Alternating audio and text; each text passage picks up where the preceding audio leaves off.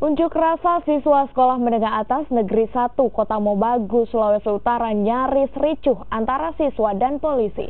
Ya, sejumlah siswa menuntut pergantian kepala sekolah. Bentrok antara polisi dan siswa SMA Negeri 1 Kota Mobagu ini nyaris terjadi lantaran sejumlah siswa memaksa masuk ke dalam area sekolah namun dihadang oleh sejumlah polisi yang mengamankan aksi.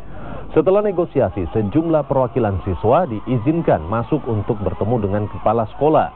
Siswa ini menuntut agar kepala sekolah diganti karena dinilai tidak transparan dalam mengelola keuangan sekolah. Selain itu, siswa juga meminta keuangan sekolah diaudit.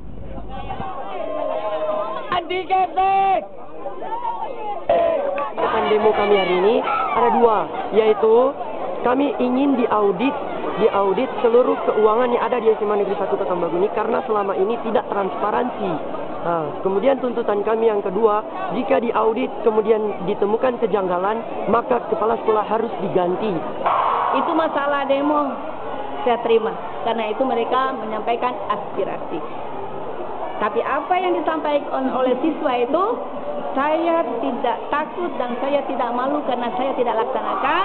Setiap pelaksanaan kegiatan baik di dana komite maupun di dana BOS adalah transparansi.